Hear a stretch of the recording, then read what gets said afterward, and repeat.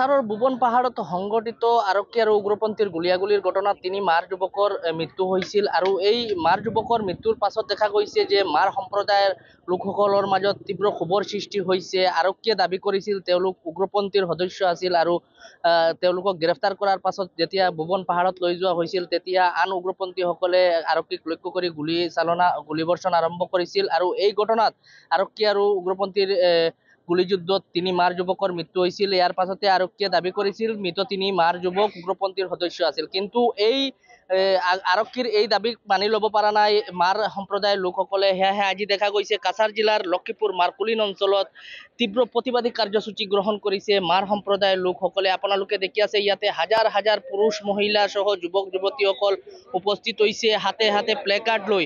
তেওঁলোকে এই যি তিনি যুৱকৰ মৃত্যু হৈছে, মাৰ যুৱকৰ মৃত্যু হৈছে, এই মাৰ যুৱকৰ মৃত্যুৰ প্ৰতিবাদত তেওঁলোকে এইদৰে ওলাই আহিছে আৰু হাতত প্লেকাৰ্ড লৈ আপোনালোকে দেখি আছে ইয়াতে এক প্ৰতিবাদী কাৰ্যসূচী ৰূপায়ণ কৰিছে। তেওঁলোকৰ দাবী যে যি মৃত তিনি মাৰ যুৱক আছিলে তেওঁলোকক আৰক্ষীয়ে উগ্ৰপন্থী বুলি দাবী কৰিছে, কিন্তু তেওঁলোকৰ দাবী যে এই তিনি যুৱক উগ্ৰপন্থীৰ সদস্য নহয়, তেওঁলোকক ভুৱা এনকাউণ্টাৰ কৰা হৈছে।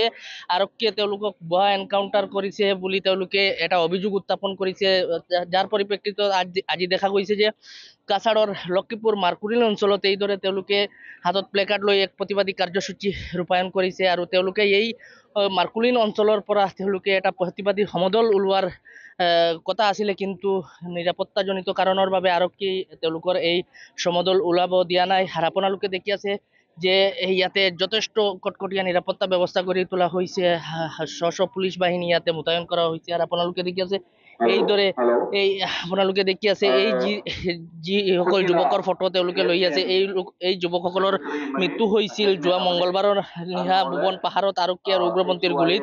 আৰু ইয়াতে এটা কথা উল্লেখ কৰিব লাগিব, যি তিনিজন যুৱকৰ মৃত্যু হৈছিল এই তিনি যুৱক প্ৰথমে আৰক্ষীয়ে মৰাণাস্ত্ৰ সহ গ্ৰেফতাৰ কৰিছিল দলাই অঞ্চলৰ গংগানগৰৰ পৰা এই তিনি যুৱকক আৰক্ষীয়ে গ্ৰেফতাৰ কৰিছিল আৰু গ্ৰেফতাৰ কৰাৰ পাছত নিশা আৰক্ষীয়ে তেওঁলোকক লগত লৈ এটা অভিযানত গৈছিল বুবন পাহাৰত। আৰু বুবন পাহাৰত যোৱাৰ পিছত আন উগ্ৰপন্থীসকলে আৰক্ষীক আক্ৰমণ কৰে আৰু এই গুলীয়াগুলীৰ ঘটনাত এই তিনি যুৱকৰ মৃত্যু হৈছিল বুলি কাছাৰ আৰক্ষীয়ে দাবী কৰিছিল। আৰু লগতে কাছাৰ আৰক্ষীয়ে আৰু এটা কথা উল্লেখ কৰিছিল যে এই যি তিনি যুৱক কাছাৰ আৰক্ষীৰ হাতত গ্ৰেফতাৰ হৈছিল বা তেওঁলোক যি গোলাগুলীত মৃত্যু হৈছে তেওঁলোক উগ্ৰপন্থীৰ সদস্য আছিল, মাৰ জংগী সংগঠনৰ লগত জড়িত আছিল। কিন্তু এই ঘটনাৰ পাছত দেখা গৈছে যে মাৰ সম্প্ৰদায়ৰ লোকসকলৰ মাজত তীব্ৰ ক্ষোভৰ সৃষ্টি হৈছে আৰু এইদৰে আজি হাজাৰ হাজাৰ লোক ওলাই আহিছে এই ঘটনাৰ প্ৰতিবাদত। তেওঁলোকে অভিযোগ তুলিছে, আৰক্ষীৰ বিৰুদ্ধে ক্ষোভ প্ৰকাশ কৰি আছে। তেওঁলোকৰ দাবী যে আৰক্ষীয়ে ভুৱা এনকাউণ্টাৰ কৰি এই তিনি নিৰীহ যুৱকক হত্যা কৰিছে বুলি তেওঁলোকে অভিযোগ কৰিছে। আৰু আপোনালোকে দেখি আছে এই ঘটনাক কেন্দ্ৰ কৰি তীব্ৰ চাঞ্চল্যৰ সৃষ্টি হৈছে এই মাৰকুলিন অঞ্চলত। আৰু হাজাৰ হাজাৰ পুৰুষ মহিলা আপোনালোকে দেখি আছে ইতিমধ্যে ইয়াতে উপস্থিত হৈছে হাতত প্লেকাৰ্ড লৈ তেওঁলোকে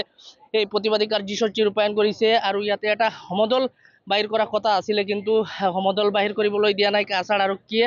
আৰু কাছাৰ আৰক্ষীৰ বিশাল বাহিনী ইয়াতে মোতায়েন কৰা হৈছে। কাছাৰ আৰক্ষীয়ে নিৰাপত্তাজনিত কাৰণৰ বাবে তেওঁলোকক ইয়াতে সমদল কৰিবলৈ দিয়া নাই।